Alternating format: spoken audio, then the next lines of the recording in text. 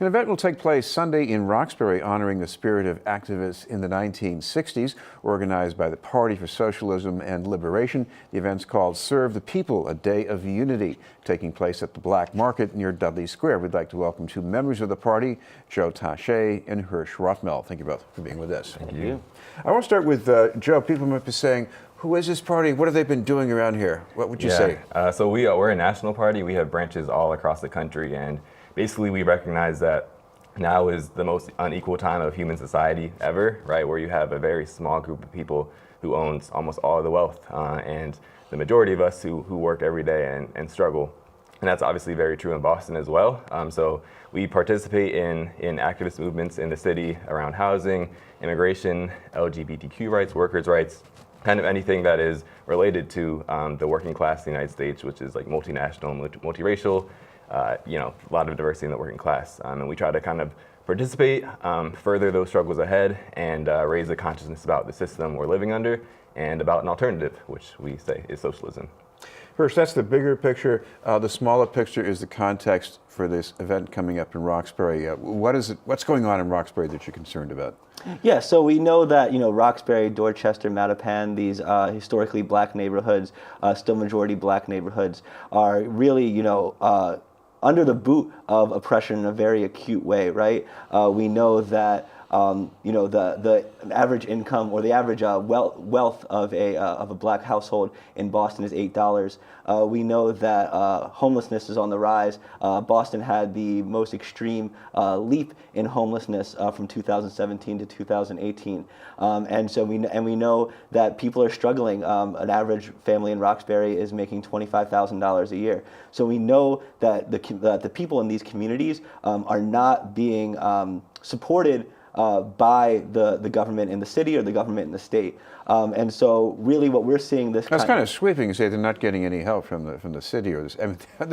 I mean, maybe they need more help, but aren't they getting some? I mean, I think that there's definitely programs, right? And I think that's there. But what we do see is we see the statistics, we see the rise in homelessness, we see that, in order public housing, right? For instance, that's based on AMI. So the average median income is $70,000. Well, these families are making $25,000.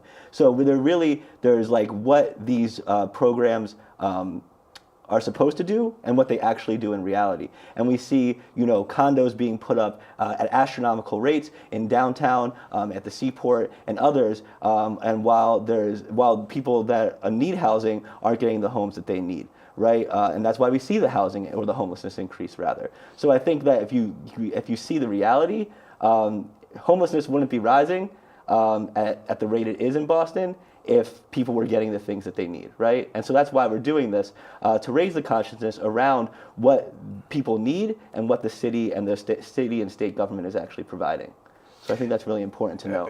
Joe, people are certainly oppressed by the real estate market, and I guess one of the things you're taking some encouragement from, there was a recent campaign, City Life Leader Urbana played a key role here in helping people who were on the verge of displacement from a unit in Dorchester. Yeah, in Roxbury, actually, in my building, we just learned that my upstairs neighbor was getting evicted. She got the execution already. She's a single mom, young children, and we had a week before she had to be out of the apartment. And we mobilized with the party, with allies and friends of the party, other organizations in Boston, and so circulated a public letter, held a demonstration, and then were able to put off the eviction. So she was able to now move into a different unit in our same building that's newly renovated, still paying the same amount, and it kind of shows the power that tenants and working people, individual people can have when we kind of leverage our collective will and don't just act as individuals but as a community.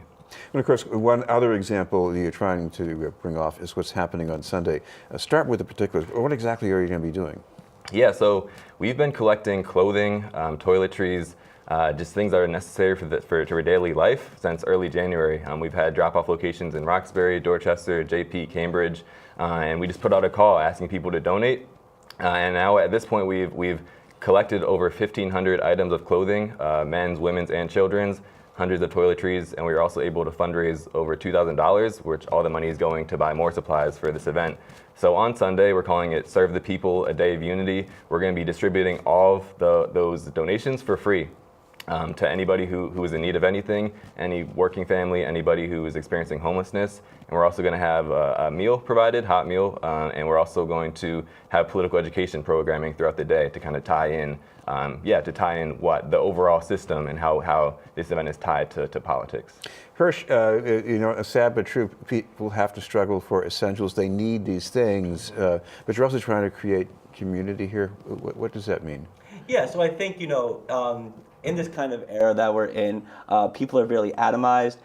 There is, maybe a lack of cohesion, and people aren't see themselves as part of a community as much as they could be. So I think what we're really trying to do is build that kind of like identity as a community, and really know that we're looking out for each other, right? That we are coming together, and that we're serving each other in a way that, like I said earlier, the city and state governments may not be doing to the fullest potential. And we realize that that's because the interests of the city and state governments are not exactly in line with the interest of the working people in Roxbury and Dorchester and Mattapan specifically. So I think what we're trying to do is really build a consciousness around the power that we have as a working class, as a class, and we're trying to build consciousness around what we can do to build more power within the city of Boston and within the country more broadly as well. Hersch, Joe mentioned one example of power. What else could that mean?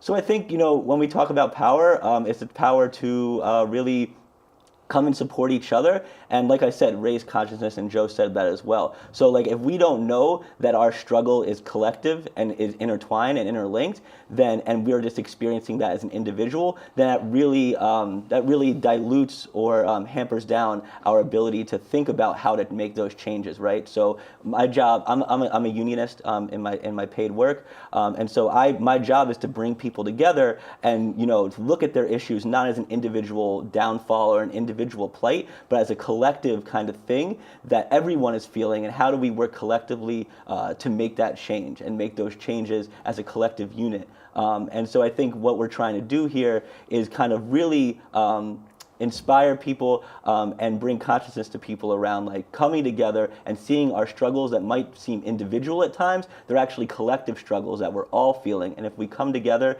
build political consciousness, serve each other, and build community, then that's where really we start to make changes and leap forward for the working class. Sure. One time you were researching what was sometimes referred to as the crack epidemic in the city, criminal justice policy, law enforcement policy. You learned some lessons from that. What's the connection between that and what you're trying to do now? So yeah, I did a podcast project. It was called Colored, and came on the show to talk about it. And kind of at the end, as we were reaching our conclusion, one thing that stuck with me was, I have some recommendations, but it ended with like, well, if the Democrats and Republicans just listened more to community organizers, listened to people calling for better education, better healthcare, better housing, better quality of life, then we wouldn't even have these problems in the first place. And as I thought more about that, I thought like, well, why doesn't the Democratic Party listen? Why is it that we're still having these struggles where it seems like the Democratic Party is supposed to be the party of the people, but seems to more represent corporate interests and is funded by corporate interests. And as I kind of researched more on that, I kind of saw that both parties are capitalist parties, right? And still get a lot of their money and support the system of capitalism overall. And so that is kind of what led me down to researching more about socialism, researching about the Black Panthers, other Black activist movements, and the tie to socialism and anti-capitalism in those movements. And we should give them some credit, because the Panthers, if you read the history of the old aborted highway in Boston about the Panthers taking over the land and sort of returning it to the community. I mean, this is something like what you're doing right now in a way. Yeah, we definitely drew a lot of inspiration from the Black Panther Party. A lot of people don't know that they were a revolutionary socialist party, like the Party for Socialism and Liberation. They understood that most Black people in the United States and across the world are working class, and that capitalism is a system that oppresses Black people, and that we can't be free as long as capitalism exists. So in that notion, they had survival programs. They had, of course, their free breakfast program. Here in Boston, they had a health clinic, and like you said, they actually took over a plot of land that's supposed to have a highway on it in Lower Roxbury, and put a health clinic there in a trailer and serve people for free. And so we're looking at that and seeing they view unity in the same way as an opportunity to build community, to serve our community, and also to tie the broader systems of oppression into this work. Finally, I need one of you to one more time the location and time of the event and how to follow up for more details.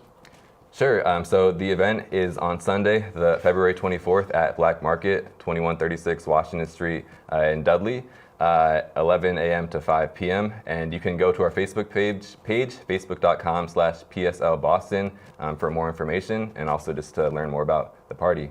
Thank you both, Joe Tache and Hersch Rothmel. Thank you. Thank you.